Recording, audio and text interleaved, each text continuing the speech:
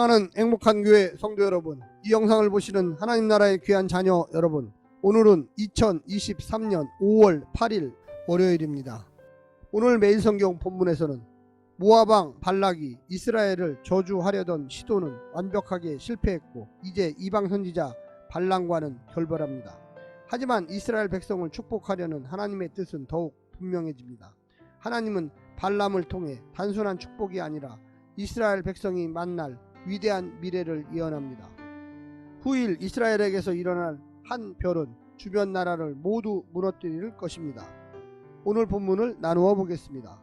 민수기 24장 10절부터 14절 발람과 발락의 결별, 15절부터 25절 발람의 네 번째 예언, 모압을 향한 예언, 에돔을 향한 예언, 아말렉과 켄 족속을 향한 예언, 아수르를 향한 예언. 오늘 본문 민수기 24장 10절부터 25절 말씀을 듣고 다시 오겠습니다.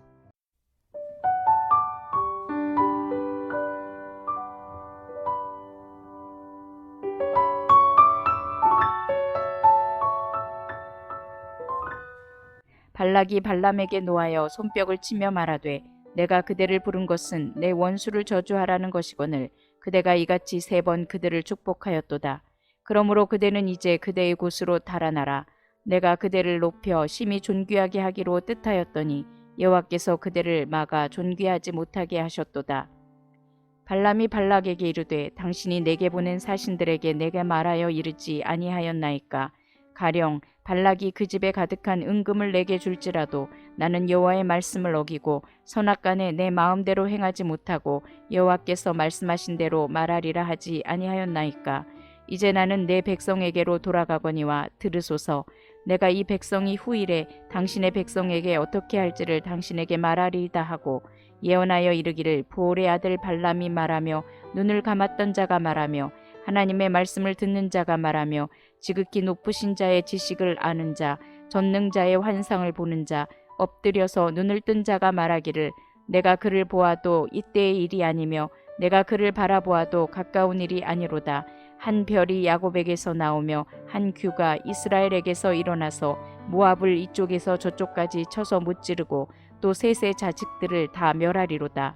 그의 원수 에돔은 그들의 유산이 되며 그의 원수 세일도 그들의 유산이 되고 그와 동시에 이스라엘은 용감히 행동하리로다. 주권자가 야곱에게서 나서 남은 자들을 그 성읍에서 멸절하리로다 하고 또 아말렉을 바라보며 예언하여 이르기를 아말렉은 민족들의 으뜸이나 그의 종말은 멸망에 이르리로다 하고 또 겐 족속을 바라보며 예언하여 이르기를 내 거처가 견고하고 내 보금자리는 바위에 있도다. 그러나 가인이 쇠약하리니 나중에는 아수르의 포로가 되리로다 하고 또 예언하여 이르기를 슬프다. 하나님이 이 일을 행하시리니 그때 살 자가 누구이랴. 기띔 해변에서 배들이 와서 아수르를 학대하며 에벨을 괴롭힐 것이나 그도 멸망하리로다 하고 발람이 일어나 자기 곳으로 돌아가고 발락도 자기 길로 갔더라.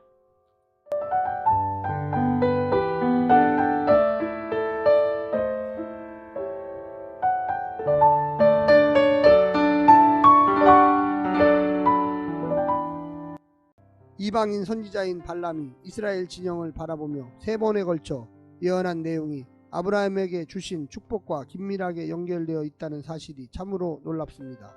아브라함에게 주셨던 약속들이 발람의 축복에 그대로 포함되어 있는데 첫 번째는 수많은 자손에 대한 약속입니다. 이것은 발람의 첫 번째 축복에서 강조되었습니다.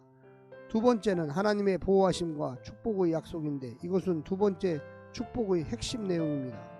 세 번째는 땅에 대한 약속인데 이것은 세 번째 축복의 핵심 내용입니다. 24장 16절과 17절에서는 열방을 향한 약속도 암시되어 있습니다. 오늘 본문을 세 부분으로 나누어 자세히 설명드리겠습니다. 첫 번째, 발악하는 발락. 더는 발람을 통한 이스라엘의 저주가 실현될 기미가 보이지 않자 발락은 이성을 잃습니다. 부와 권세를 약속했던 발람에게 약속을 취소하고 그것을 하나님의 탓으로 돌리라는 것입니다. 마지막 순간까지 하나님과 발람 사이를 갈라 놓으려고 하는 것을 보십시오. 하지만 발람을 매수하고 감히 인간이 하나님의 뜻을 거슬러 자기 뜻을 관철하려고 했던 자신의 어리석음과 무모함에 대해서는 일말의 후회도 반성도 없습니다. 더 하나님께 대들수록 더 자신을 망가뜨린다는 것을 알아야 합니다. 두 번째는 담대해진 발람. 발람은 더 이상 우물쭈물하지 않았습니다. 누가 재물과 권세 앞에서 완벽하게 의연할 수 있겠습니까? 하지만 발람은 하나님을 경험할수록 그것을 상대화할 수 있는 신앙인으로 자랍니다. 돈과 권세를 위해서 하나님의 뜻을 대변하는 일을 그만둘 수 없다고 단호히 밝힙니다. 더는 자신에게 하나님의 뜻을 거스르는 요구를 해도 소용없을 것이란 뜻을 분명히 전달한 것입니다. 하나님도 그를 진정한 예언자, 지극히 높으신 자의 지식을 아는 자로 인정하시고 이방인 복술가인 그에게 이스라엘의 미래에 관한 중요한 청사지를 맡겨주십니다. 발람은 현실의 우리 모습을 많이 닮아 있습니다. 나의 야망과 하나님의 뜻 사이에서, 부와 권력과 하나님의 인정 사이에서 씨름하지만 결국 하나님을 선택하는 우리가 됩시다. 마지막 세 번째는 강성해질 이스라엘. 발람을 통해 들려주신 광야의 이스라엘을 향한 하나님의 미래는 눈부시도록 아름답습니다. 이스라엘의 한 별과 한 규, 즉 왕이 나와서 모세와 에돔을 무찌르고 다스릴 것입니다. 이것은 이스라엘 족장들에게 주셨던 약속이며 장차 다윗의 후손 예수 그리스도께서 온 땅의 왕으로 등극하실 것으로 완성될 것입니다.